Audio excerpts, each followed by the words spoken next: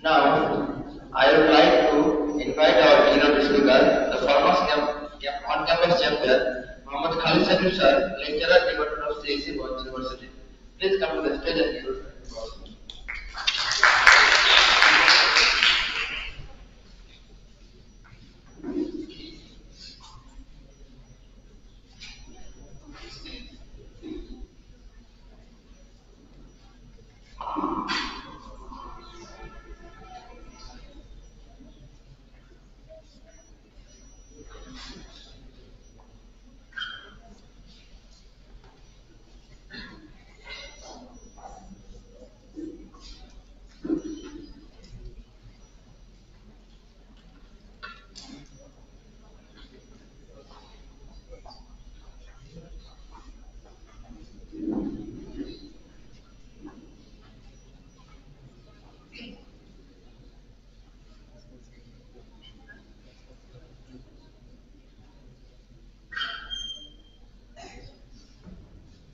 আসসালামু আলাইকুম। আমি মোহাম্মদ খালিদ শাকির, তো বরেন্দ্র বিশ্ববিদ্যালয়ের সিএসসি ডিপার্টমেন্টের লেকচারার হিসেবে আছি।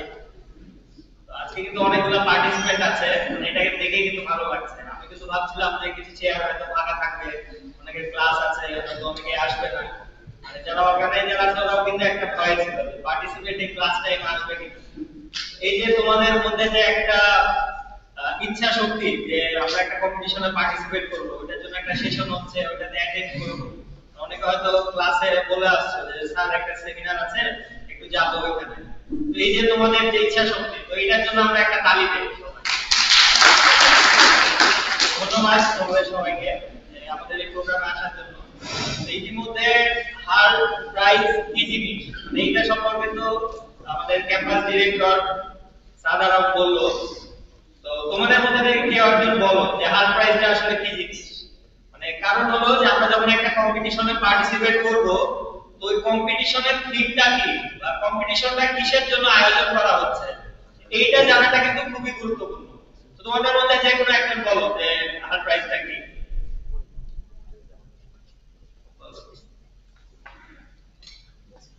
হাই প্রাইস হচ্ছে পুরো ওয়ার্ল্ডের মানে ভার্সিটি স্টুডেন্টরা বা মানে 18 বছরের উপরে স্টুডেন্টরা 17টা গোল এসডিজি যে 17টা গোল, ওই গোলের উপর বেস করে বিভিন্ন আইডিয়া বিজনেস আইডিয়া প্রোভাইড করবে এটাই।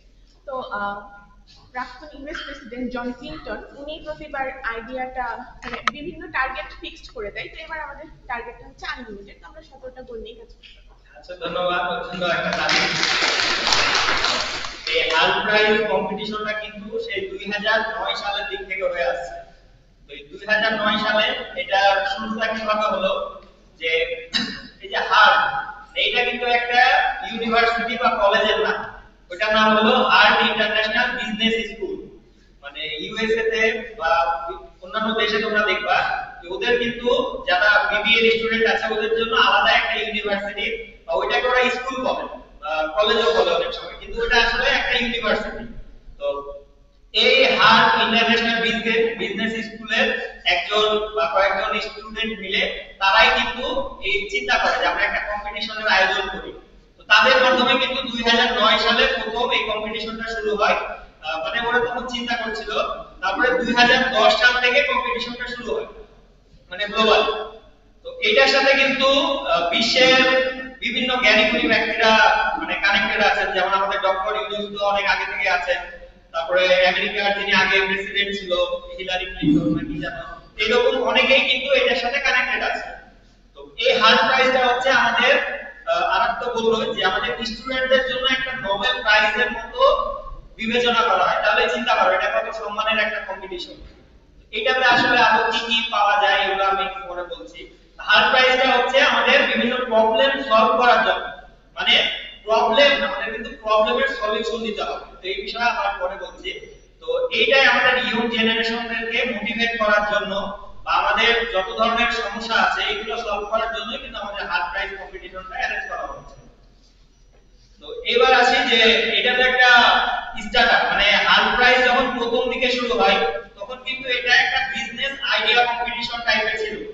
তো তোমরা যদি 2022 বা 2023 এও যদি পার্টিসিপেট করে থাকো তাহলে দেখবা ওইখানে কিন্তু স্টেজগুলো ডিফারেন্ট ছিল। যে প্রথমেই তুমি অন ক্যাম্পাস রাউন্ডে যদি চ্যাম্পিয়ন হও তাহলে তুমি গ্লোবাল রাউন্ডে পার্টিসিপেট করতে পারবে। কিন্তু এবার কিন্তু ওদের পুরা যে কারিকুলামটা আছে ওটা চেঞ্জ হয়ে গেছে, পুরাটা এখন স্টার্টআপে ফোকাস করছে। এখন এই স্টার্টআপ এবং বিজনেসের মধ্যে পার্থক্য কি, মানে এইটা কিন্তু তোমাদেরকে আগে বুঝতে হবে। স্টার্টআপ আর বিজনেস এই দুইটার মধ্যে পার্থক্য কি কারো জানা আছে? আমাদের ইউনিভার্সিটিতে কিন্তু ইনোভেশন হাব আছে, যে ইউনিভার্সিটি ইনোভেশন হাব বড়জোর ইউনিভার্সিটি চ্যাপ্টার, তো ওইটা আর কোনো মেম্বার আছে এখানে? ইউআইএইচপি কোন মেম্বার? দেখো কেউ হাত তুলছে না। দেখো আমাদের ইউনিভার্সিটিতে যে এরকম একটা প্রোগ্রাম হচ্ছে, স্টুডেন্টদেরকে ফান্ডিং দিচ্ছে, এইটাতে তোমরা পার্টিসিপেট করছো না, আর এটা তো গ্লোবাল কম্পিটিশন। এখন তোমাকে আগে নিজে যাচাই করতে হবে, নিজেকে যাচাই করার জন্য তোমার আশেপাশে যে কম্পিটিশনগুলো হচ্ছে এইগুলাতে সবার আগে পার্টিসিপেট করতে হবে। তো আমাদের যে ইনোভেশন হাব আছে এটাও কিন্তু স্টার্টআপদের জন্য। এখন বিজনেস আর স্টার্টআপের মধ্যে পার্থক্য কি? তো নরমাল বিজনেসের কথা যদি আমরা চিন্তা করি, যে বিজনেসে কিন্তু ফেইলিয়ার রেটটা অনেক কম।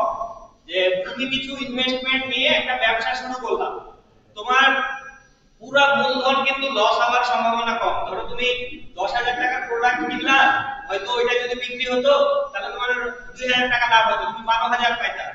তো এখানে কিন্তু মানে যদি আবার বিক্রি নাও হয় তুমি কিন্তু ধরো 8-9,000 টাকাতে বিক্রি করে দিতে পারছো, মানে তোমার লসের সম্ভাবনা খুব কম। এইভাবে বিজনেসের ক্ষেত্রে কিন্তু ফেইলিয়ার রেটটা মাত্র 20%। মানে 100 জন যদি বিজনেস শুরু করে ওর মধ্যে হয়তো এক বছরে মাত্র 20 জন ফেল করবে, মানে ওদের বিজনেসটা দাঁড় করাতে পারবে না। কিন্তু স্টার্টআপের ক্ষেত্রে কি হয়, যে স্টার্টআপের ক্ষেত্রে আমাদের 90%ই ফেল করে। যে তুমি যদি একটা স্টার্টআপ শুরু করো, এক বছর টাইম দিলা, গরুর মতো থাকলা, কিন্তু দেখা গেল তুমি 10,000 টাকা নিয়ে শুরু করেছিলা, তোমার 1 টাকাও লাভ নাই, মানে উল্টা তোমাকে বাড়ি থেকে টাকা দিতে হচ্ছে স্টার্টআপের পিছনে। তো এইটা কিন্তু হচ্ছে স্টার্টআপ এবং বিজনেসের মধ্যে পার্থক্য। তো তাহলে কি আসলে মানুষজন স্টার্টআপ করবে না, মানে সবাই কি বিজনেস করবে? এইটাই কিন্তু মেইন জিনিস, যে যাদের আসলে ধৈর্য বেশি আছে, যে বা ধরো রিস্ক নিতে বেশি পারে, মানে রিস্ক নিতে আগ্রহী, তারাই কিন্তু স্টার্টআপের দিকে যায়। তো স্টার্টআপ আর বিজনেসের মধ্যে কি হয়, যে বিজনেসে কিন্তু আমাদের যেটা প্রফিট হয় ওটা কিন্তু আনুমানিক হয়। যে ধরো তুমি 10,000 টাকা ইনভেস্ট করলা, 10,000 টাকা থেকে কিন্তু তুমি 20,000 টাকা লাভ করতে পারবে না, মানে এটা কখনোই সম্ভব না। যে বিজনেসের রুলস হলো তুমি যত টাকা ইনভেস্ট করবা তত টাকা লাভ করতে পারবা। আর স্টার্টআপের রুলস হলো যে তুমি যদি 10,000 টাকা ইনভেস্ট করো, ওই 10,000 টাকা দিয়ে তুমি 1 কোটি টাকাও ইনকাম করতে পারবে। তো মানে শুনে তো ভালো লাগছে তাই না, যে 10,000 দিয়ে 1 কোটি টাকা ইনকাম করতে পারবে। এইখানে ওরকম রিস্কও কিন্তু খুব বেশি আছে। তো আমাদের কিন্তু এই রিস্কগুলো নিতে হবে।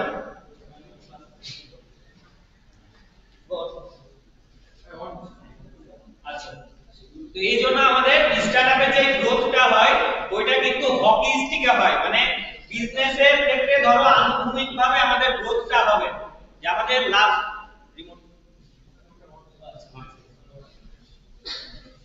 এটা নিয়ে মজা করো।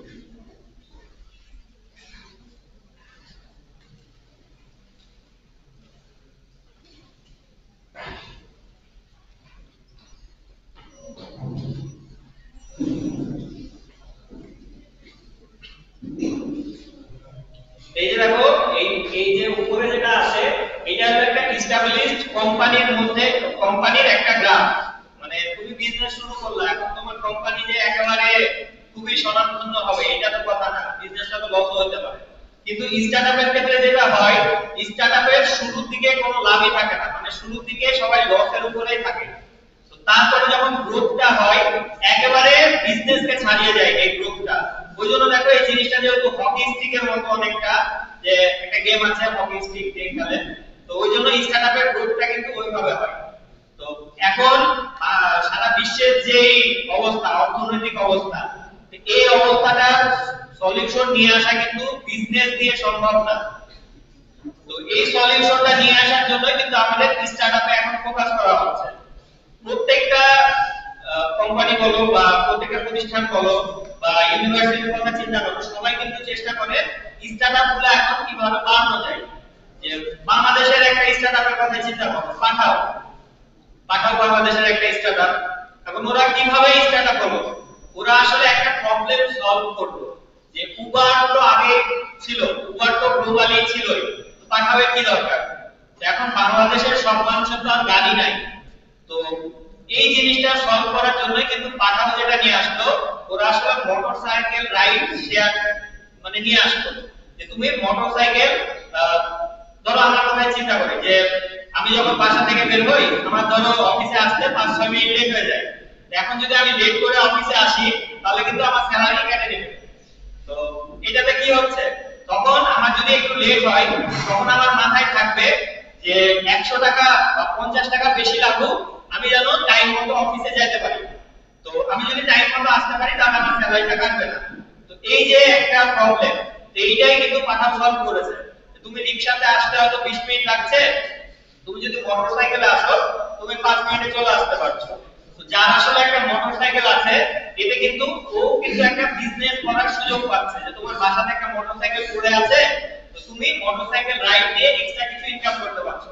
তো ঢাকাতে যাদের আত্মীয় স্বজন আছে যারা একটু অ্যাক্টিভ, তাদের দেখবা যে ওরা হয়তো 4টা পর্যন্ত অফিস করে বা 7টা পর্যন্ত অফিস করে, তারপরে কিন্তু অনেকে এই পাঠাও রাইড দেয়, মানে ওটা ওদের এক্সট্রা ইনকাম। কারণ বর্তমানে সারা বিশ্বে যে মুদ্রাস্ফীতিটা হচ্ছে, মানে এইটা কিন্তু আমাদের ট্যাকেল দিতে হবে। তো এটার জন্য কিন্তু আমাদের প্রচুর পরিশ্রম করতে হবে। দেখো আমরা মনে করছি কি যে সোনার দাম বেড়ে গেছে বা ধরো ডলারের দাম বেড়ে গেছে, এইটা কিন্তু আসলে বাড়েনি, মানে আমাদের নিজেদের টাকার মান কমে গেছে। যে একটা জিনিস মানে 1 কাপ চা আমি আমার ছোটবেলাতে 1 টাকা দিয়ে খেয়েছি, এখন দেখা যায় যে ঢাকাতে গেলে 10 টাকার নিচে তো নাই, তো রাজশাহীতে অনেক জায়গায় 5 টাকাতে পাওয়া যায়, তো এভারেজে 7 টাকা। তো এই যে দেখো 7 গুণ বেড়ে গেছে, তো এটার মানে কি যে আমাদের টাকার মানটা কমে গেছে। তো এরকম কিন্তু আমাদের টাকার মানটা আরো কমতে থাকবে। তো এটাকে যদি আমরা বাড়াতে চাই তাহলে কিন্তু আমাদের স্টার্টআপের দিকে যেতে হবে, মানে এমন কোনো সলিউশন নিয়ে আসতে হবে যেটাতে আসলে বেশিরভাগ মানুষ উপকৃত হবে। যেমন এয়ারবিএনবি নাম শুনেছো কি কেউ? হয়তো শুনোনি। এয়ারবিএনবি কি করে যে তোমার বাসাতে একটা আচ্ছা তারা বলে জায়গির, এই শব্দটা শুনেছো? মানে আগে ছিল আমাদের গ্রামের দিকে যাদের বাসা, তখন কিন্তু জায়গির থাকতো।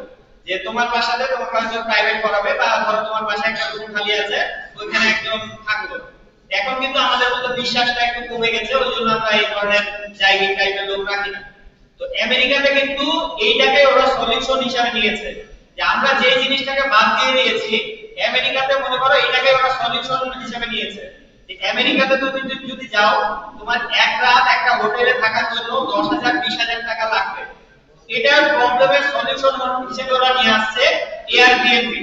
মানে তোমার বাড়িতে একটা রুম ফাঁকা আছে, তুমি একদিনের জন্য ওই রুমটা ভাড়া দিতে পারবে বা 2 দিনের জন্য ভাড়া দিতে পারবে। তো এটাতে কি হলো, তোমার ওই রুম থেকেও ইনকাম হলো, আর আমি একটা টুরিস্ট, আমার ঘুরতে ভালো লাগে, আমার থাকার পিছনে বেশি খরচ করতে ভালো লাগে না। তো এখানে কিন্তু আমার নিজের একটা প্রবলেম সলভ হয়ে গেল। আমার যেখানে 20,000 টাকা থাকার খরচ লাগছিল, এখন আমি 4-5,000 টাকাতে থাকতে পারছি। তো এই একটা প্রবলেমের সলিউশন হলো। তো এই সলিউশন গুলাই কিন্তু স্টার্টআপরা দিয়ে থাকে। নরমাল বিজনেসে কিন্তু এটা হয় না। যে স্টার্টআপের কাজই হলো যে সবথেকে কম রিসোর্সে সবথেকে বেশি প্রফিট করে দেখানো। আচ্ছা, তো এইবার আসি থিমের ক্ষেত্রে। একটু আগে তারা বললো যে আমাদের 2025 এর থিম কি। তো এই যে আমরা বললাম যে 2010 সাল থেকে হার প্রাইসটা হয়ে আসছে। তো প্রতি বছর কিন্তু এটা থিমগুলো চেঞ্জ হয়। যেমন 2010 সালে যখন প্রথম কম্পিটিশন হয়েছিল, তখন থিম ছিল এডুকেশন, মানে তোমাকে যে আইডিয়াই দাও না কেন ওইটা এডুকেশন রিলেটেড হতে পারবে। আবার 2023 এ যে চ্যালেঞ্জটা ছিল, ওইটা ছিল রিডিজাইনিং ফ্যাশন, মানে তুমি যে সলিউশনই দাও না কেন ওইটা আমাদের ফ্যাশন ইন্ডাস্ট্রির সাথে খাপ খাওয়াতে হবে। তো কিন্তু 2024 সালে কি হলো, যে অলরেডি দেখো আমাদের এই 2010 থেকে 23 থেকে পর্যন্ত কিন্তু মোটামুটি সবগুলা টপিকই কভার হয়ে গেছে। এখন তো হার যারা আয়োজন করে ওদের কাছেও আর নতুন কোনো টপিক নাই, তাহলে মানে মোটামুটি ধরো এগুলো সব প্রবলেম সলভ হয়ে গেছে। এই যে এত বছর ধরে কম্পিটিশন হচ্ছে, তো ওরা এখন প্রবলেম কোথায় পাবে? ওই জন্য কিন্তু এখন তোমাদের কম্পিটিশন গুলো উন্মুক্ত করে দিয়েছে যে তোমরা যে যা ইচ্ছা আইডিয়া সাবমিট দিতে পারো, কিন্তু অবশ্যই ওটা আবার এসডিজি গোলের সাথে রিলেটেড হতে হবে। তো এখন কিন্তু সুযোগ আরো বেশি। মানে আগে কি হচ্ছিল যে তোমার হয়তো ফুড রিলেটেড কোনো সলিউশন ভালো লাগে না, বা ফুড নিয়ে তোমার বিজনেস করার ইচ্ছা নাই, কিন্তু তাও তোমাকে ধরো 2021 সালে ফুড নিয়ে কাজ করতে হচ্ছিল। কিন্তু 2024 এ কিন্তু আমাদের যে থিমটা ছিল ওইখানে যে যা ইচ্ছা প্রবলেমের সলিউশন দিতে পারতো। তো এইটা হচ্ছে আমাদের 2023 এর টিম। তো 2023 এ আমরা অন ক্যাম্পাসে চ্যাম্পিয়ন ছিলাম। তো আমাদের টিমের নাম ছিল স্যাপেন। তো 2023 এ দেখো রিডিজাইনিং ফ্যাশন। তো এটা কাজ ছিল যে আমাদের ফ্যাশন ইন্ডাস্ট্রিতে যা হচ্ছে বা কাপড় বা এই ধরনের আরো যা যা আছে, এইটাকে আমরা নতুন ভাবে মানে পুরাতন জিনিস ব্যবহার করে কিভাবে আবার মানে রিইউজ করতে পারি যাতে আমাদের অপচয়টা কম হয়। তো আমাদের যেটা সলিউশন ছিল স্যালভেজে, যে আমরা ধরো ভুট্টা থেকে কিভাবে আমরা পলিথিন টাইপের এই ধরনের প্রোডাক্টগুলো তৈরি করতে পারি। তাহলে আমাদের ধরো পলিথিন তো মানে আমাদের ডক্টর ইউনুস তো একটা নোটিশ দিয়ে দিয়েছে যে পলিথিন ইউজ করা যাবে না। পলিথিন তো আমাদের জন্য অনেক উপকারী, কিন্তু দেখো এর কিন্তু ক্ষতিও আছে যে 100 বা 150 বছর ধরে এটা মাটির সাথে মিশে না। এটা কিন্তু আমাদের পরিবেশের জন্য ক্ষতিকর। কিন্তু তুমি যদি ধরো একটা পানি জাতীয় তরল কিছু বাজার থেকে আনতে গেলে ওইটা তো কোনো পলিথিনে আনতে হবে, এছাড়া কোনো উপায় নাই প্লাস্টিক ছাড়া। এইটারও অল্টারনেটিভ কি, এইটা নিয়ে কিন্তু আমাদের সলিউশন ছিল। তো ওইটা ছিল আমাদের মানে ভুট্টা থেকে আমরা কাপড়ের ফেব্রিক তৈরি করব। আমরা এইখানে এটা আমাদের ফেসবুক পেজ ছিল, স্যালভেজ নামে কেউ ফেসবুকে সার্চ দিলে পাবা। তো রাজশাহীতেও কিন্তু এই ভুট্টা নিয়ে অলরেডি একজন কাজ করছে।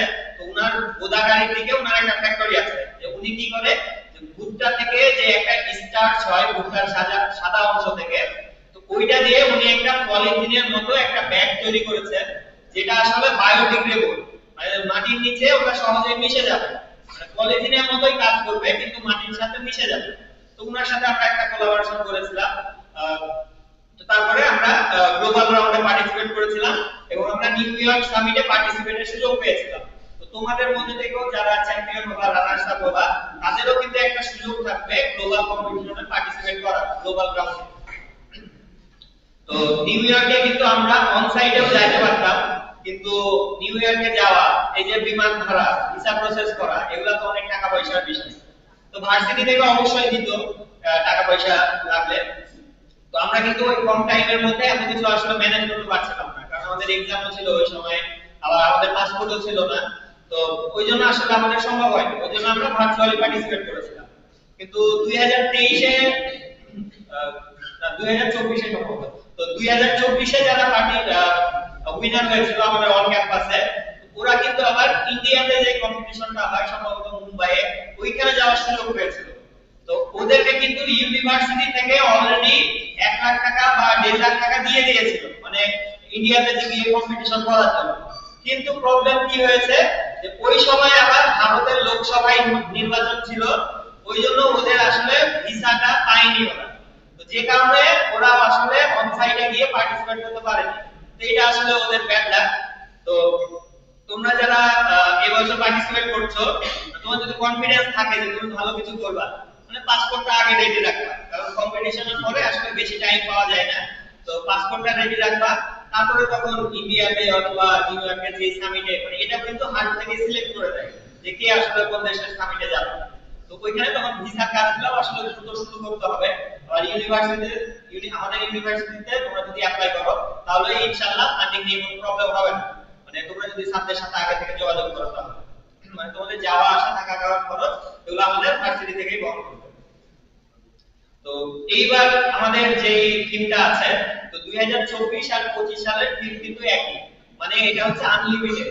তো এখানে আমাদের এই যে এসডিজি গোলগুলো আছে, এইগুলা থেকে আমাদের সলিউশন মানে প্রবলেম খুঁজে বের করতে হবে, তারপর আমাদের সলিউশন দিতে হবে। এসডিজি গোল এই 17টার মধ্যে যতগুলা টপিক আছে, মানে তুমি যেই সেক্টরে কাজ করো না কেন ওইটা কিন্তু এসডিজির মধ্যে পড়বে। তখন ওইটা যদি তোমার মাথায় ক্লিক না করে যে আমি ধরো এমন একটা প্রোডাক্ট নিয়ে প্রবলেম নিয়ে কাজ করলাম, ওইটা আসলে এসডিজির মধ্যে কিভাবে পড়ছে, যে 17টা গোল ধরো তোমার মুখস্থ নাই, তখন তুমি কি করবা? একবারে চ্যাট জিপিটি তে চলে যাবা, চ্যাট জিপিটি তে গিয়ে তোমার আইডিয়াটা বলবা যে আমার আইডিয়া হলো এটা, এখন আমাকে বলো এসডিজি কোন গোলের সাথে এটা রিলেট করছে। তাহলে দেখবা যে চ্যাট জিপিটি কিন্তু তোমাদেরকে দিয়ে দিবে। তো এখন কিন্তু তোমাদেরকে স্মার্ট হতে হবে, মানে অলরেডি আমরা 4IR এর মধ্যে ঢুকে গেছি। মানে আমাদের যে টেকনোলজির যে রেভলিউশন এটা কিন্তু বিভিন্ন ভাগে ভাগ করা হয়। এখন কিন্তু আমরা 4IR মানে 4 ইন্ডাস্ট্রিয়াল রেভলিউশন এর মধ্যে ঢুকে গেছে। এখন তুমি যদি স্মার্ট না হও তাহলে কিন্তু অন্যদের থেকে তুমি পিছিয়ে যাবে। তোমার জায়গায় দেখবা একটা রোবট রিপ্লেস হয়ে গেছে, তোমার চাকরি মনে করো এআই নিয়ে নিয়েছে। তো তোমাকে কি করতে হবে যে এআই এর থেকেও অ্যাডভান্স হতে হবে, যেন তুমি এআই কে দিয়ে কামলা খাটাইতে পারো। এইটা তোমাদের মানে মন থেকে মানে শক্তি হিসেবে কাজ করতে হবে যে এআই কে দিয়ে তুমি কামলা খাটাবা। অলরেডি অ্যাসাইনমেন্ট গুলো তো এআই দিয়ে লিখে দিচ্ছ, এটা কি আমরা জানি না? তো এটা তো আমি জানতে কিভাবে পারছি, কারণ তোমরা এআই টাই ঠিকমতো ইউজ করতে পারো না। নরমালি চ্যাট জিপিটি তে গিয়ে লিখে দিচ্ছ যে আমার অ্যাসাইনমেন্টের টপিক এটা, আমাকে এই টপিকে অ্যাসাইনমেন্ট লিখে দাও। তাহলে তো চ্যাট জিপিটি তোমাকে যে সলিউশন দিবে, তোমার সেকশনে যদি বাকি 40 জন থাকে, 40 জন থেকে তো ওইভাবে সলিউশন দিবে। তো ওইভাবে তোমাকে চ্যাট জিপিটি কে ওইভাবে স্মার্ট ভাবে কোচিংগুলো আসার করতে হবে যে তুমি যে তোমার বিজনেস আইডিয়াগুলো নিয়ে কাজ করবা। তো এইটার জন্য কিন্তু দেখো যে প্রম্পট ইঞ্জিনিয়ারিং নামে আলাদা একটা সেক্টরও তৈরি হয়ে গেছে, যে চ্যাট জিপিটি তে আমরা কিভাবে মানে প্রম্পটগুলো লিখবো, চ্যাট জিপিটি কে কিভাবে ব্যবহার করব, এটার জন্য কিন্তু প্রম্পট ইঞ্জিনিয়ারিংও কিন্তু এখন কাজ করা হচ্ছে। এইটাও তোমরা একটু রিসার্চ করবে, মানে চ্যাট জিপিটি বা এআই মানে শুধু যে চ্যাট জিপিটি যে আমাদের এআই টুল এটা কিন্তু না। চ্যাট জিপিটি থেকে দেখবা যে ক্লড নামে একটা এআই আছে, এটা তো খুব ভালো সলিউশন দেয়। আবার পারপ্লেক্সিটি এআই নামে একটা ওয়েবসাইট আছে, এটাও কিন্তু খুব ভালো সলিউশন দেয়। আবার তোমরা যদি ইংলিশ থেকে বাংলা কোনো জিনিস কনভার্ট করো তাহলে দেখবা যে গুগলের জেমিনি এআই আছে, ওটাও কিন্তু খুব ভালো সলিউশন দেয়। তো চ্যাট জিপিটি যে সব জানে এরকম কিন্তু না, এরকম অলরেডি আরো বেশ কিছু এআই টুল আমাদের আছে, এগুলোও কিন্তু তোমাদের ব্যবহার করা শিখতে হবে। আবার তোমরা যে একটা পাওয়ার পয়েন্ট স্লাইড বানাবা, এখন চ্যাট জিপিটির মধ্যে কিন্তু পাওয়ার পয়েন্ট স্লাইড বানানোর জন্য আলাদাই কিছু ফিচার অ্যাড করা আছে। ওইটা দেখো তোমাদের মধ্যে কেউ জানোই না। বা ধরো তুমি একটা সিভি লিখবা, সিভি লেখার জন্য চ্যাট জিপিটির মধ্যে কিন্তু একটা এক্সটেনশন অ্যাড করা আছে, এটাও তোমরা জানো না। তোমরা কি করো, জাস্ট চ্যাট জিপিটি তে ঢুকো, প্রথমে যেটা আসে ওখানে কিছু একটা লিখে দাও, যা রেজাল্ট আসে তাই সাবমিট করে দাও বা তাই ধরো করে দাও। তো চ্যাট জিপিটির মধ্যে আলাদা যে কিছু ফাংশন আছে বা ধরো আরো ফিচারস আছে, ওটা ধরো তোমরা এক্সপ্লোরই করে দেখো। এই জিনিসগুলো কিন্তু তোমাদের এক্সপ্লোর করা শিখতে হবে। তো কম্পিটিশনের রাউন্ডগুলো অলরেডি তোমাদের আরাম বলেছে। তো তোমাদের আগে এই রাউন্ডে আমার স্লাইডটাও তো ভালো না, কারণ আমি সকালবেলা ভার্সিটি এসে ওই আধা ঘন্টা 1 ঘন্টার মধ্যে যতটুকু পেরেছি স্লাইড এডিট করেছি, মানে অত ভালো হয়নি। তো কোয়ালিফায়ার রাউন্ড মানে ইউনিভার্সিটিতে তোমাদের যে রাউন্ডটা হবে এই রাউন্ডটা, তো এখানে যারা মানে চ্যাম্পিয়ন হবা তাদের সম্ভবত একটা ন্যাশনাল রাউন্ডে আবার কম্পিটিশন হবে। তারপরে এখানে যারা ভালো করবে ওদের আসলে ডিজিটাল ইনকিউবেটরের আন্ডারে ট্রেনিং দেওয়া হবে, মানে এখানে তোমাকে আরো একটা ট্রেনিং দেওয়া হবে, তারপরে তোমাকে গ্লোবাল অ্যাক্সিলারেটরে নেওয়া যাবে, নিয়ে যাবে। এই জিনিসগুলা তোমরা গুগলে সার্চ দিয়ে দেখবা যে ইনকিউবেটর জিনিসটা কি, তারপরে অ্যাক্সিলারেটর এই জিনিসটা কি। তারপরে তখন এখানে যারা ভালো করবে ওদেরকে সেপ্টেম্বরে আমাদের গ্লোবাল ফাইনাল রাউন্ড হবে।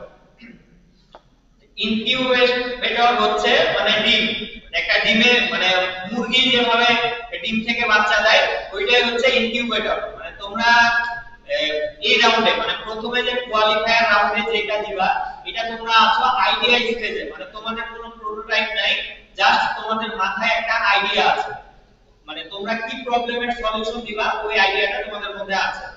তো এই আইডিয়া থেকে কিভাবে বিজনেসে কনভার্ট করতে হবে এইটা কিন্তু তোমাদের ডিজিটাল ইনকিউবেটরে কিছুটা শেখানো হবে।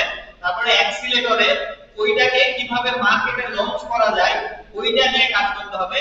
তারপরে পুরো আইডিয়াটা যখন তোমার একবারে মার্কেটে যাবার মতো রেডি হবে তখন তোমাকে গ্লোবাল ফাইনাল রাউন্ডে পিচ দিতে হবে।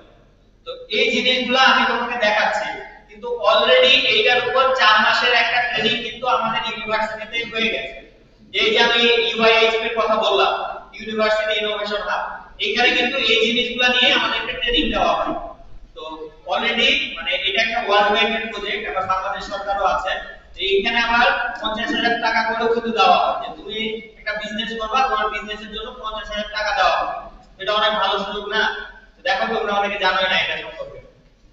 তো এটাতে কিন্তু প্রত্যেকটা ইউনিভার্সিটি, মানে বাংলাদেশে ধরো 10টা ইউনিভার্সিটিতে শুধু এই সুযোগটা দেওয়া হয়েছে। আর প্রাইভেট ইউনিভার্সিটির মধ্যে শুধুমাত্র আমাদের বরেন্দ্র বিশ্ববিদ্যালয়ে আর ঢাকাতে ব্র্যাক ইউনিভার্সিটিতে, এই দুইটা ইউনিভার্সিটি শুধুমাত্র এই সুযোগটা পেয়েছে। এই সুযোগটা যদি তোমরা কাজে না লাগাও, এটা কিন্তু তোমাদের একটা ব্যর্থতা, কারণ এই সুযোগ কিন্তু পরে আর আসবে না। অলরেডি আমাদের দুইটা ব্যাচ বের হয়ে গেছে, দুইটা ব্যাচে সম্ভবত 8টা টিমকে ফান্ড দেওয়া হয়েছে 50,000 টাকা করে। তারপরে এখন 3 নাম্বার আর 4 নাম্বার ব্যাচে ট্রেনিং চলছে এখন। এরপরে আর দুইটা ব্যাচ আছে, ওই দুইটা ব্যাচকে ট্রেনিং দেওয়া হবে, তারপরে এই প্রজেক্টটা আমাদের ক্লোজ হয়ে যাবে। তো 6 তলাতে আমাদের ইউনিভার্সিটির 6 তলাতে এই ইংলিশ ডিপার্টমেন্টের অফিসটা তো এইদিকে আছে, আর এই সাইডটা তো ফাঁকা আছে। তো কেউ কি জানো এটা কিসের জন্য ফাঁকা আছে? এখন অনেকে জানোই না। ওইখানে আসলে স্টার্টআপদের জন্য আলাদা একটা, মানে পুরো অংশটাই, মানে বিল্ডিং এর পুরো অংশটাই স্টার্টআপদের জন্য রাখা হয়েছে। তোমরা যারা বিজনেস করবা, বিজনেস করতে গেলে তো তোমার একটা অফিসের দরকার হবে। আর তুমি একটা স্টুডেন্ট মানুষ, তুমি অফিস কোথায় পাবা? তো ওই জায়গাতে তোমাকে অফিস দেওয়া হবে। মানে ফ্রি তুমি চা নাস্তা খেতে পারবা, ফ্রি ইন্টারনেট ব্যবহার করতে পারবা, ফ্রি চেয়ার টেবিল দেওয়া হবে, মানে ফ্রি বসে থাকতে পারবা, গল্প করতে পারবা।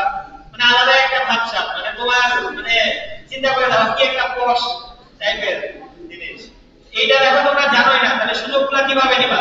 এই যে ইউআইএইচপি তে যে স্টার্টআপগুলো আমাদের ফান্ড পাচ্ছে, ওরা কিন্তু ওইখানে যাবে। তো দেখো ওরা যখন যাবে তখন কিন্তু তোমাদের তখন পস্তানা লাগবে, ইস আমার বন্ধুটাই ওইখানে চলে গেল, ও একটা অফিস পেয়ে গেল, আমি ভার্সিটিতে আসি শুধুমাত্র ক্লাস করছি আর বাসায় চলে যাচ্ছি, ওরা কত সুযোগ সুবিধা পাচ্ছে। তো এইগুলা তোমাদেরকে এক্সপ্লোর করতে হবে, মানে নিজেদেরকে এক্সপ্লোর করতে হবে। এটা কিন্তু মানে ফ্যাকাল্টিটা যে তোমার কানে বলে দিবে না যে রেজিস্ট্রেশন করো রেজিস্ট্রেশন করো, মানে এটা তোমাদের নিজেদের আগ্রহ থেকে করতে হবে। তার প্রাইজ আর রিকগনিশনে এটা তো অলরেডি সব জায়গায় দেখছোই যে হার প্রাইজে যে চ্যাম্পিয়ন হয় ওকে আসলে $1 মিলিয়ন দেওয়া হয়। তো এছাড়াও যাদের আসলে মাস্টার্স করার ইচ্ছা আছে, যে দেশের বাইরে মাস্টার্স করতে চাও, বা ধরো বাংলাদেশেই একটা মাল্টিন্যাশনাল কোম্পানিতে জব করতে চাও, তাদের জন্য এই হার্ড প্রাইজ কিন্তু অনেক বড় একটা সুযোগ। যে তুমি একটা নরমাল কম্পিটিশন করো বাংলাদেশে, যেমন বিভিন্ন ধরনের অলিম্পিয়াড হয়, মানে লোকাল ন্যাশনাল যেগুলো অলিম্পিয়াড হয়, এগুলা কিন্তু বাইরের দেশে কেউ চিনে না, কিন্তু হার্ড প্রাইজটাকে কিন্তু বিশ্বাস করো গোটা বিশ্বের মানুষজনই চিনে।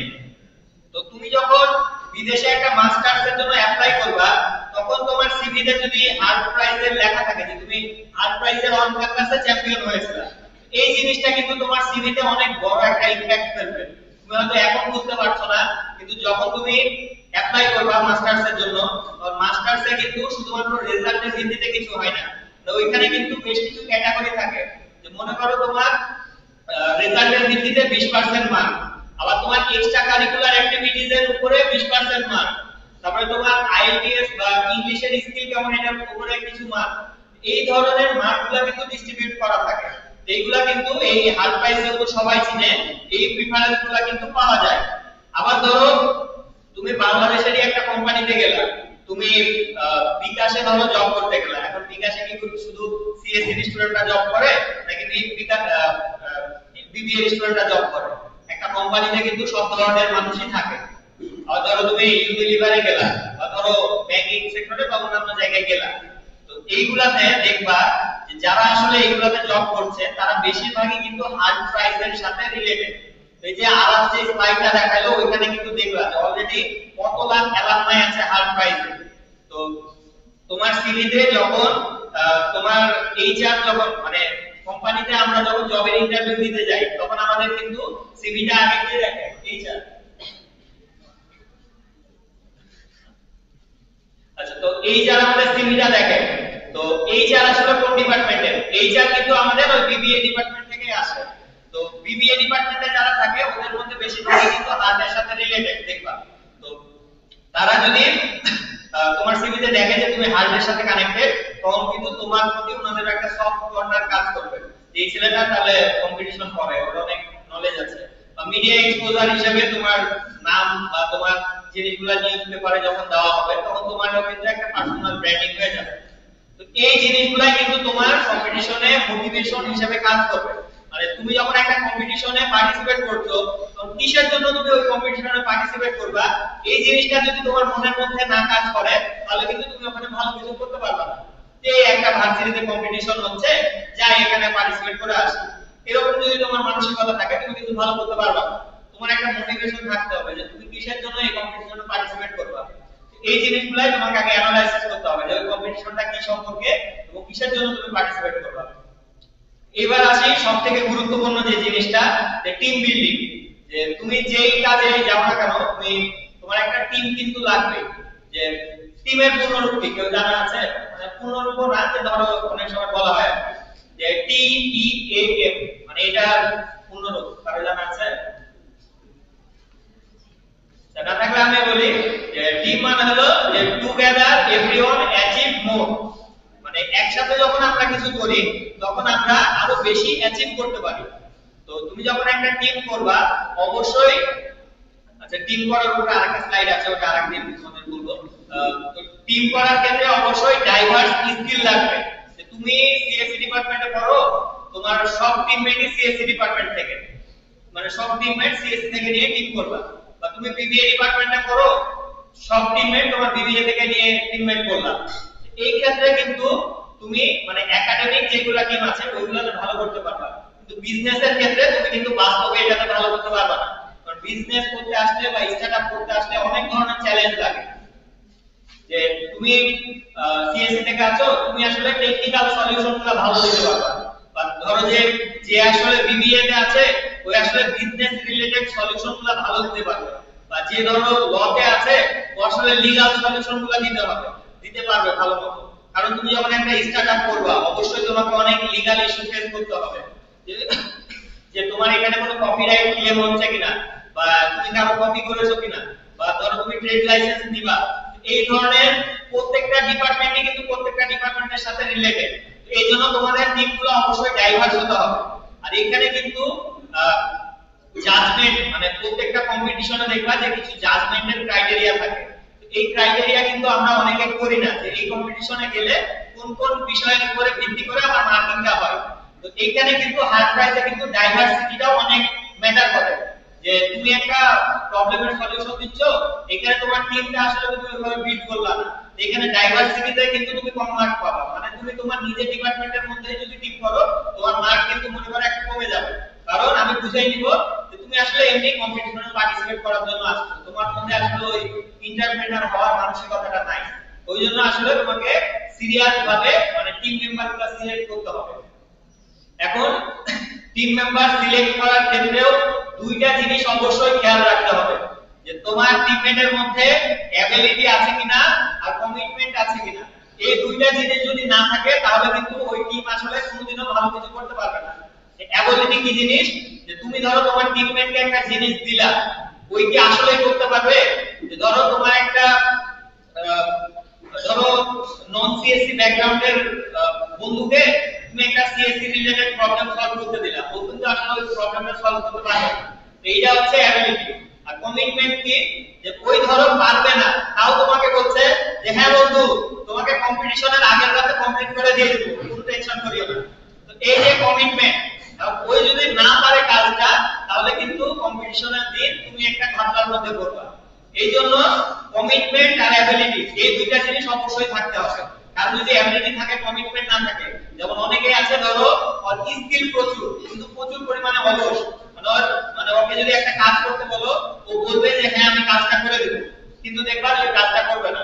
তো নরমালি আমরা যে টিম ওয়ার্ক গুলো করি, আমাদের কিন্তু এই প্রবলেমটাই হয় যে আমাদের টিমে 5 জন আছে, দেখা গেছে যে কাজ কিন্তু ওই একজনই করছে, বাকি 4 জন এমনি বসে আছে। কারণ কি? তোমার টিম মেম্বার সিলেক্ট করাতে প্রবলেম ছিল। তো তুমি যখন একটা স্টার্টআপে গেলা, এটা কিন্তু একটা একদিনের কাজ না, এটা তোমার একটা লং টার্ম প্রসেস। মানে তোমাকে অনেক বছর এটা নিয়ে কাজ করতে হবে। মানে তুমি একটা বিজনেস করতে যাচ্ছ, অতএব তোমার কো-ফাউন্ডারটা ওইরকমই নিতে হবে, যার আসলে কাজ করার মানসিকতা আছে, যার আসলে অ্যাবিলিটি আছে, যার আসলে কমিটমেন্ট আছে। তো এই যে ধরো তোমরা ফেব্রুয়ারি মাসে রেজিস্ট্রেশন করছো, তোমরা যদি ফাইনাল পর্যন্ত যাও তাহলে তোমার সেপ্টেম্বর মাস হয়ে যাচ্ছে। এতদিন যে তোমার সাথে থাকতে পারবে, টিমে কাজ করতে পারবে, ওইরকম টিমমেটই তোমাকে নিতে হবে। কারণ কি বিজনেসের ক্ষেত্রে যেটা হয়, প্রথম দিকে ধরো আমরা কি করি, আমার আত্মীয় স্বজন যে আছে তাদেরকে নিয়ে টিম করি, বা তোমার সাথে যার ভালো সম্পর্ক আছে এদের সাথে, মানে বেস্ট ফ্রেন্ডদের সাথে ধরো টিম করে নিলা। লাস্টের দিকে গিয়ে যখন তোমার টাকা পয়সা ধরো পাইলা, যে তোমার অন ক্যাম্পাস রাউন্ডে ধরো তুমি 10,000 টাকা পাইলা, এই টাকাটাতে কিন্তু মেন সমস্যা হয়ে যাবে।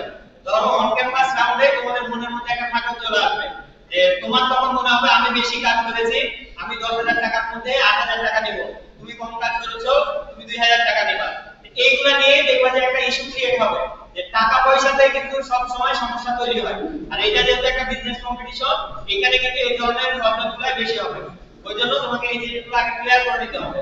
আবার ধরো কেউ কম কাজ করলো, কেউ বেশি কাজ করলো, এইগুলো নিয়ে কোনোদিন হিংসা করা যাবে না। তুমি যদি হিংসা করো তাহলে তোমার টিম ওইখানেই শেষ। এই জিনিসগুলো অবশ্যই খেয়াল রাখতে হবে। কারণ আইডিয়া জেনারেশনের ক্ষেত্রে আগে যেটা বললাম, যে আমাদেরকে অবশ্যই একটা প্রবলেমের সলিউশন বের করতে হবে। যেই আমাদের এসডিজি গোলগুলো দেখালো, এইগুলোর সাথে যেন রিলেটেড, মানে আমরা বাংলাদেশে কি করি, প্রথমে আমরা বিজনেস নিয়ে চিন্তা করি, যে এই জিনিসটা যদি আমি করি আমার মাস শেষে কত টাকা লাভ হবে, এই জিনিসটাই কিন্তু আমরা করি। কিন্তু তুমি যখন স্টার্টআপ নিয়ে কাজ করবা, টাকার চিন্তা যদি তুমি প্রথম দিকে করো, তুমি কিন্তু কোনোদিনও লাভ করতে পারবে না, তুমি লসের মধ্যেই থাকবা। আর স্টার্টআপটা আসলে ওইরকম। তুমি অ্যামাজনের কথা চিন্তা করো, অ্যামাজন একটা ওয়েবসাইট, ই-কমার্স ওয়েবসাইট, এরা কিন্তু প্রথম দিকে 5-6 বছর সম্ভবত লসের উপরেই ছিল। তো এই জিনিসগুলো কিন্তু মাথায় রাখতে হবে, যে তোমাকে বিজনেসের চিন্তা করা যাবে না, তোমাকে একটা প্রবলেমের সলিউশন দিতে হবে। মানে হার্ড প্রাইসেও এই জিনিসটা আসলে দেখা হয়, যে তুমি কোন প্রবলেমের সলিউশন দিতে পারছো। যে তুমি ধরো এমন একটা সলিউশন দিলা, যে ধরো যেমন আমাদের উবার আর পাঠাও, বা ধরো ওই যে মানে হার্ড প্রাইসে সম্ভবত 2022 সালে একটা যে টিমটা উইনার হয়েছিল, ওরা আসলে কুরিয়ার সার্ভিস রিলেটেড একটা সলিউশন দিয়েছিল। যে নরমালি আমি যদি বিদেশে একটা জিনিস পাঠাই, তাহলে এটার খরচ কিন্তু অনেক বেশি, ধরো 5-6 হাজার টাকা ডেলিভারি চার্জ লাগবে। তো তুমি কিভাবে এই ডেলিভারি চার্জটা কমাইতে পারবা, করে চার্জের ধরো মানে ওই মানে তোমার দিকে ধরো মনোযোগ চলে যাবে, এরকম একটা ট্রিগারিং পয়েন্ট রাখতে হবে। যে ধরো বললা এই প্রবলেমটা যদি আমি সলভ করি, তাহলে বাংলাদেশে আর বেকারত্ব থাকবেই না, এরকম যদি একটা কথা বলো, তখন দেখবা তখন তোমার দিকে তাকাবে সবাই, যে কি বললো, এই কি আসলে এই জিনিস করতে পারবে নাকি। তো তখন দেখবা যে ওদের মনোযোগটাও আসবে, তো একটা অ্যাটেনশন গ্র্যাব হবে। এই জন্য কম্পিটিশনে আসলে কারা জাজ থাকছে, আর জাজিং এর ক্ষেত্রে কোন জায়গায় কত মার্ক, এটাও কিন্তু আমাদের ফলো করতে হবে। যে হার্ড প্রাইজে যে তুমি পার্টিসিপেট করছো, এখানে কিন্তু ইমপ্যাক্টের উপরে একটা মার্ক আছে। ইমপ্যাক্ট কি, এসডিজি গোলে আমার কি রকম ইমপ্যাক্ট করছে। যে ধরো তুমি একটা প্রবলেমের সলিউশন দিলা, ওই প্রবলেমের কারণে মাত্র একটা এসডিজি গোল মানে শর্ত পূরণ করছে। কিন্তু ধরো কেউ এমন একটা সলিউশন দিল, ওটাতে মনে করো যে 4টা এসডিজি গোলে মানে ওই কভার করতে পারছে, তো এই ক্ষেত্রে কিন্তু ওর মার্কটা একটু বেশি হবে, কারণ ও আসলে 4টা এসডিজি গোল হিট করতে পারছে। এইভাবে কিন্তু চিন্তা ভাবনা করতে হবে। তারপরে আছে ব্র্যান্ডিং। তো ব্র্যান্ডিংটাও অনেক গুরুত্বপূর্ণ। তোমরা একটা কম্পিটিশনে যাচ্ছ, মানে এখানে তোমাকে জাজদেরও বুঝাইতে হবে যে তুমি আসলে এটা নিয়ে মানে খুবই এক্সাইটেড, মানে তুমি এটা আসলে করতেই যাচ্ছ। ওই জন্য তোমরা যখন পিচ দিবা, তারপরে যদি সিলেক্ট হও, মানে বাংলাদেশ রাউন্ডে বা অন ক্যাম্পাস রাউন্ডে, তখন তোমরা একটা ফেসবুক পেজ খুলে নিবা, বা তুমি যে প্রোডাক্ট নিয়ে কাজ করছো ওই প্রোডাক্টের অন্তত একটা প্রোটোটাইপ তৈরি করার চেষ্টা করবা। তারপরে ওইটা তোমার ফেসবুক পেজেও আপলোড দিবা, বা ধরো লিংকডইনে কেউ যদি অ্যাক্টিভ থাকো লিংকডইনেও আপলোড দিবা, বা এই রিলেটেড প্রবলেম নিয়ে যারা কাজ করছে তাদের সাথেও কানেক্টেড হওয়ার চেষ্টা করবা। যেমন আমরা তোমাদের সেলনেস দেখালাম, তো সেলনেসের জন্য বাংলাদেশে অলরেডি যিনি কাজ করছেন বুকটা রিসার্চ নিয়ে, তার সাথে কিন্তু আমরা যোগাযোগ করেছিলাম। তো এটার মাধ্যমে কিন্তু জাজরা আসলে বুঝতে পারবে যে আমি আসলে এই প্রজেক্টটা নিয়ে এক্সাইটেড, মানে এটা নিয়ে আমি কষ্ট করেছি, মানে ওরা যদি আমাকে $1 মিলিয়ন দেয়, তাহলে আমি এটা নিয়ে কাজ করতে পারবো। তো এই জিনিসটা কিন্তু তোমাকে দেখাইতে হবে, মানে তোমার নিজেকে আসলে প্রকাশ করতে হবে। তুমি যদি নিজেকে প্রকাশ করতে না পারো জাজদের সামনে, তাহলে কিন্তু মার্কেটিংটাও ধরো কমে যায়। এইজন্য আসলে পার্সোনাল ব্র্যান্ডিং অনেক গুরুত্বপূর্ণ একটা জিনিস। যে তুমি একটা ধরো যে রেডিও আবিষ্কার করেছে ধরো বাংলাদেশের মানে ধরো এই ভারতীয় মহাদেশের একজন বিজ্ঞানী, কিন্তু দেখো যে অনেকে কিন্তু জানেই না যে রেডিও কে আবিষ্কার করেছে, কিসের জন্য, যে উনি আসলে ব্র্যান্ডিংটা ভালো মতো করতে পারেন। তো আবার ধরো যে বাংলাদেশেও দেখবা যে বাংলাদেশেও কিন্তু ওই যে করোনার সময় বাংলাদেশের একটা কোম্পানি ওই যে করোনার ভ্যাকসিন টাইপের কিছু একটা আবিষ্কার করেছিল, ওটা নিয়ে অনেক নিউজ হয়েছিল, কিন্তু ওটা নিয়েও ধরো ওদের ব্র্যান্ডিংটা ভালো মতো হয়নি বা ওরা ধরো ঠিক জায়গায় পৌঁছাতে পারেনি। এই জিনিসটা যদি ওরা ভালো মতো করতে পারতো তাহলে কিন্তু বাংলাদেশেরও ধরো যে একটা করোনার ভ্যাকসিন নিজস্ব থাকতো। এই জন্য ব্র্যান্ডিংটা কিন্তু অনেক গুরুত্বপূর্ণ। তুমি একটা সলিউশন বানাইলা ঠিক আছে, কিন্তু ওইটাকে তোমাকে ওয়ার্ল্ডের সামনে, জাজদের সামনে ভালো মতো প্রকাশ করতে হবে। তো এই জন্য যে আসলে প্রেজেন্টেশন দিবে ওরও কিন্তু একটা ভালো স্কিল থাকতে হবে। যে আমার ক্ষেত্রে বলো, আমি কিন্তু প্রেজেন্টেশন ধরো ভালো দিতে পারতাম না যখন কম্পিটিশন করতাম, তো ওই জন্য ধরো যে যারা ধরো ভালো প্রেজেন্টেশন দেয় ওদেরকে দিয়ে প্রেজেন্টেশন দেওয়া কারণ কি, যে first impression is the last impression. মানে তুমি যদি প্রথমে যদি জাজদের সামনে একটু ভয় পেয়ে যাও বা তোমাকে দেখে যদি বোঝা যায় যে তুমি আসলে প্রিপেয়ার্ড না, তখন কিন্তু ওনারা বুঝাই নিবে যে তোমার আসলে এটা নিয়ে কোনো এক্সাইটমেন্ট নাই, তুমি আসলে এটার পিছনে বেশি পরিশ্রম করোনি, জাস্ট কম্পিটিশনের আগের দিন একটা পাওয়ার পয়েন্ট স্লাইড রেডি করে তুমি কম্পিটিশনে চলে আসছো। তো ওই জন্য কনফিডেন্স থাকতে হবে, ব্র্যান্ডিংটা ভালো মতো করতে হবে, প্রেজেন্টেশনগুলো ভালো মতো দিতে হবে। তারপরে অ্যাওয়াস্টাক, তো আরাম যেরকম বললো যে তোমাদের অন ক্যাম্পাস রাউন্ডে আগে একটা অ্যাওয়াস্টাক দিতে হবে। অ্যাওয়াস্টাকটা কি, যে যারা আসলে রিসার্চ পেপার নিয়ে কাজ করো তারা দেখবা যে রিসার্চ পেপারগুলোতে কিন্তু একটা অ্যাওয়াস্টাক থাকে। অ্যাওয়াস্টাক মানে হলো ওইটা পড়লেই যেন পুরো পেপারটা সম্পর্কে তুমি একটা আইডিয়া পাও। তো ওইরকম ধরো এখন যদি তোমাদের রেজিস্ট্রেশন ফর্ম ওপেন করা হয় তাহলে দেখবা যে 50, 60 বা 100টা আইডিয়া জমা করলো। এখন এখানে যারা জাজ থাকবে ওদের পক্ষে তো এই 100 জনের প্রেজেন্টেশন দেখার আসলে টাইম হবে না। তো ওই জন্য আসলে এখানে অ্যাবাস্ট্রাক্ট নেওয়া হচ্ছে। তুমি এক পেজের মধ্যে একটা অ্যাবাস্ট্রাক্ট দিবা, ওইখানে তুমি নিজের ইচ্ছা মতো করতে পারো। তো ওইখানে তোমার স্টার্টআপের নেম দিবা, তারপরে লাইনে তুমি লিখবা যে কোন কোন এসডিজি গোলগুলো ওই অ্যাবাস্ট্রাক্টের মাধ্যমে ফুলফিল করছো। তারপরে তুমি প্রবলেম দিবা, যে তুমি আসলে কোন প্রবলেমটা সলভ করছো। তারপরে তুমি তোমার বিজনেস প্ল্যান দিবা, যে এই প্ল্যানটার মাধ্যমে তোমার কোন মানে বিজনেসটা কিভাবে হবে। কারণ কি, হার্ড প্রাইস একটা এন্টারপ্রেনারদের জন্য স্টার্টআপ কম্পিটিশন, মানে এখানে তোমাকে একটা গ্লোবাল প্রবলেমও সলভ করতে হচ্ছে, আবার এইটা থেকে যে তুমি ইনকাম করতে পারবা এই বিজনেসের আইডিয়াটাও কিন্তু দিতে হবে। মানে দুইটা কিন্তু করতে হচ্ছে, মানে ইমপ্যাক্ট এবং বিজনেস এই দুইটা জিনিসই কিন্তু দেখাতে হবে। তো অ্যাভাস্টেকের ক্ষেত্রে মানে আমি একটু লিখে দেই, এটা লেখা হয়নি এখানে।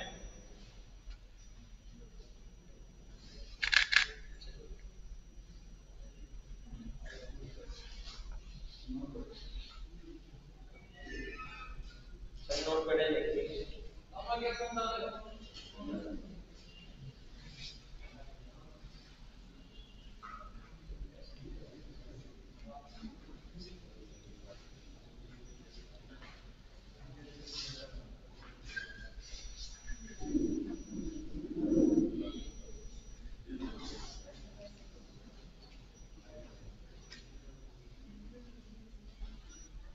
এই পাঁচটা জিনিস মানে থাকলে কিন্তু হবে, যে তোমার স্টার্টআপের নাম মানে কি দিচ্ছ তুমি, এটা ধরে এক লাইনে রাখলা।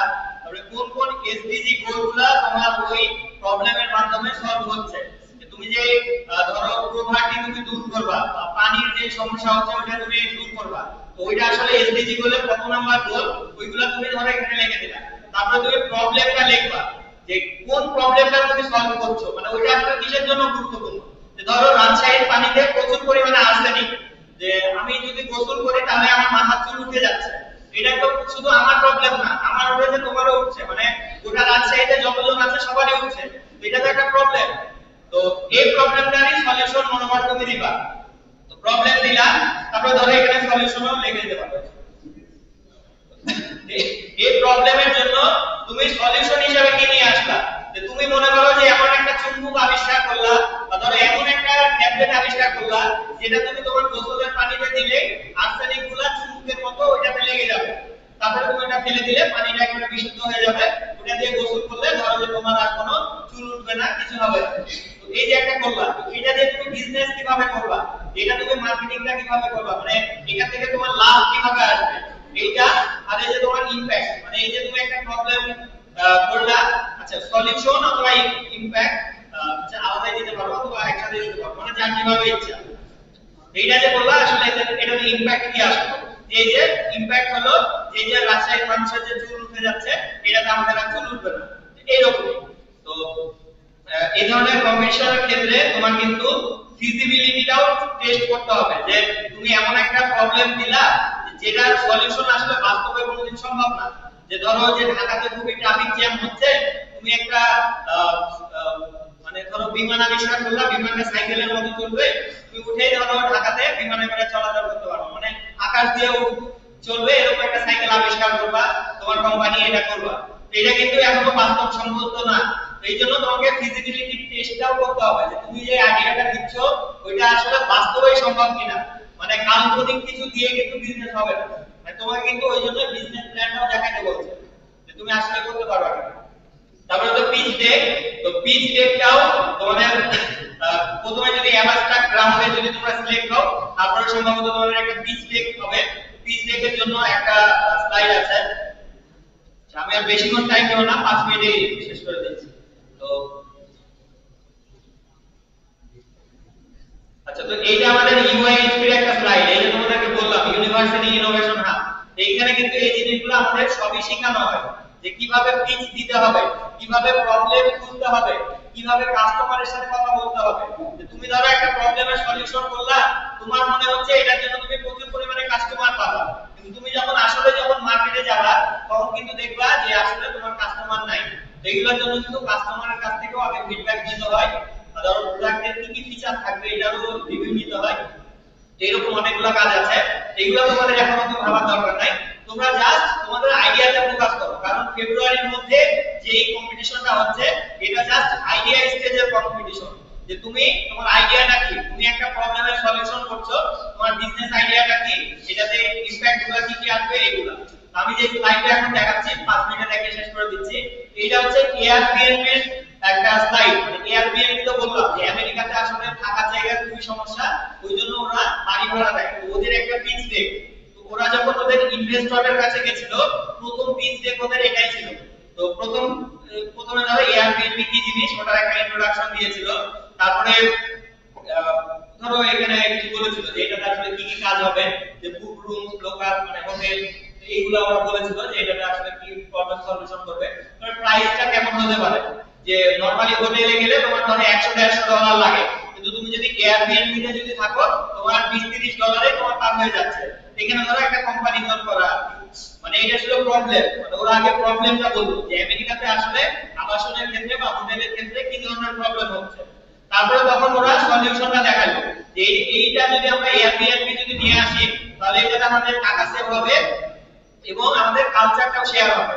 যে তুমি যদি নরমালি যদি দেশের বাইরে যাও তাহলে শুনবা যে বাংলাদেশের মানুষ খুবই অতিথি পরায়ণ, বা পাকিস্তানের ক্ষেত্রেও ধরো এটা শোনা যায়, পাকিস্তানেও খুবই অতিথি পরায়ণ, বা ইন্ডিয়ার ক্ষেত্রেও শোনা যায়, মানে এশিয়ার কান্ট্রিগুলো আমরা খুবই অতিথি পরায়ণ। এইটা মানুষ আসলে কিভাবে বুঝে, যে রাস্তাতে কেউ যদি একটা রিকশা চালাতে গিয়ে যদি পড়ে যায় তাহলে দেখবা আশেপাশে আমরা কিন্তু আগিয়ে যাই যে উনার কি হলো, ওনাকে একটু সাহায্য করার জন্য। কিন্তু আমেরিকার মতো দেশগুলোতে বা উন্নত দেশগুলোতে দেখবা যে ওদের যদি কিছু হয় ওদের দেখবা যে আশেপাশের লোক নাও আসতে পারে।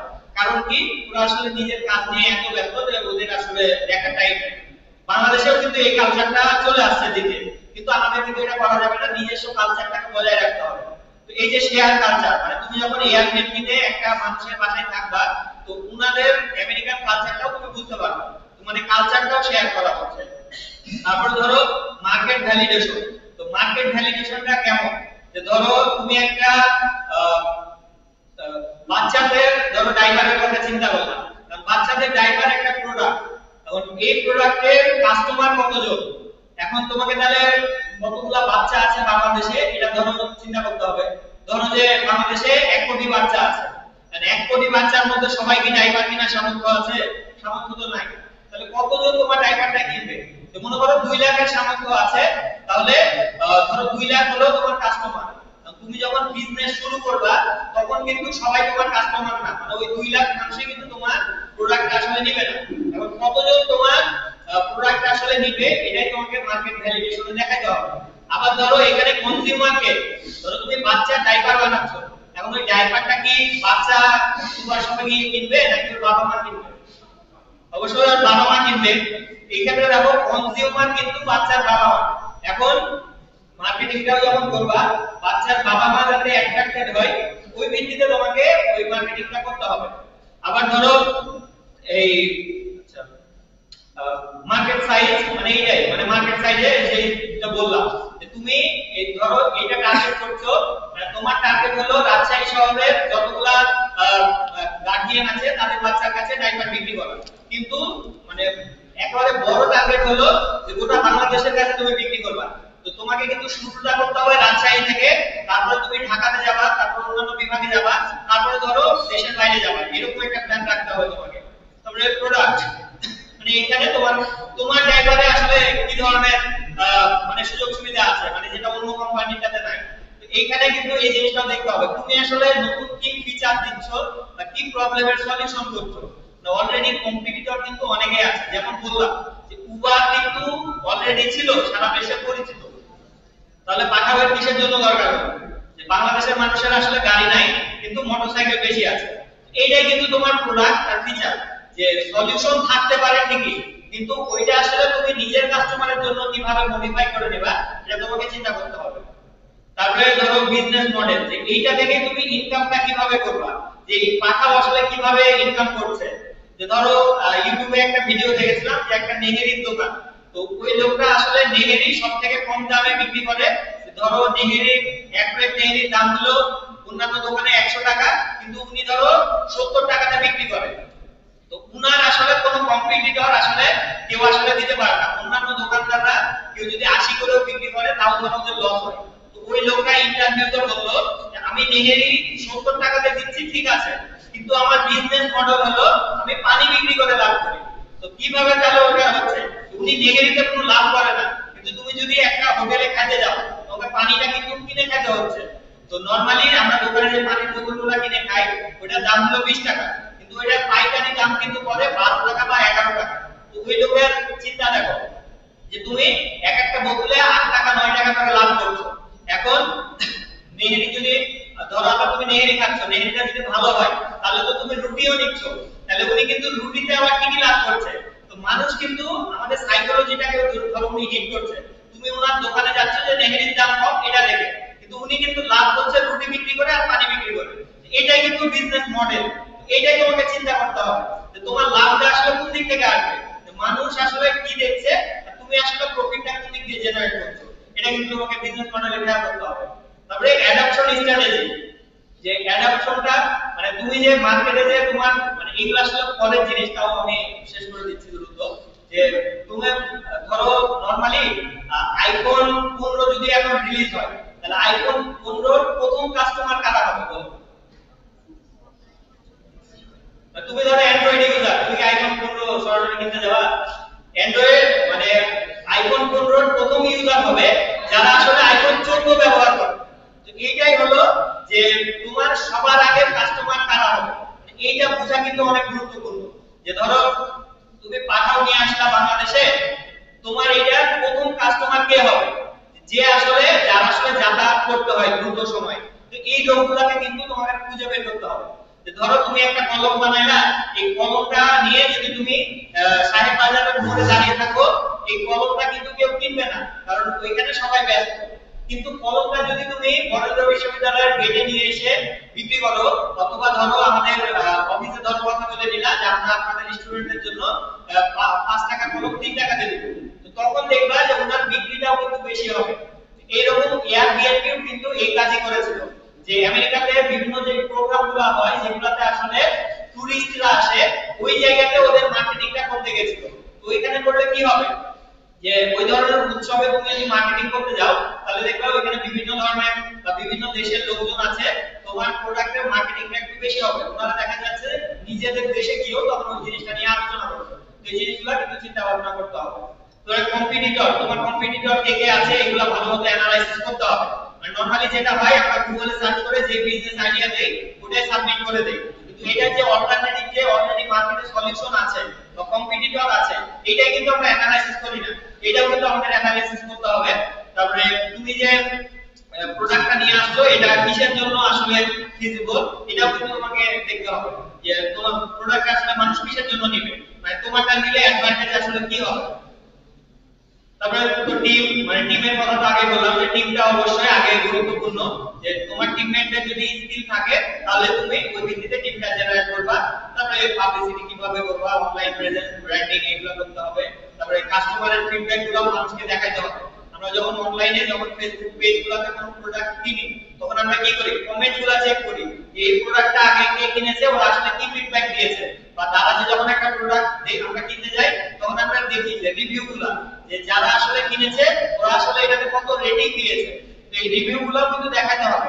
তোমার বিজনেস, তোমার একটা বন্ধু ধরো তোমার প্রোডাক্ট ইউজ করলো, ও আসলে কি ধরনের মানে ফিডব্যাক দিচ্ছে এটা কিন্তু তোমাকে ইউজারকে দেখাতে হবে। তো ফিনান্সিয়াল এর পার্ট তো এরকমই আর কি মোটামুটি। তো এতটুকু ছিল আমার প্রেজেন্টেশন। তো অনেক বড় হয়ে গেল, আশা করি তোমরা বুঝতে পেরেছো কিছুটা হলেও। তো আমি এখানে শেষ করছি। আরো বিস্তারিত এই কম্পিটিশনের বিষয়ে যদি কিছু থাকে তাহলে ওটা তোমরা হার প্রাইজের পেজে জানতে পারবা। আর এই কম্পিটিশনে আশা করি সবাই ভালো করবা, এই কামনায় রইল। ধন্যবাদ সবাইকে। আসসালামু আলাইকুম।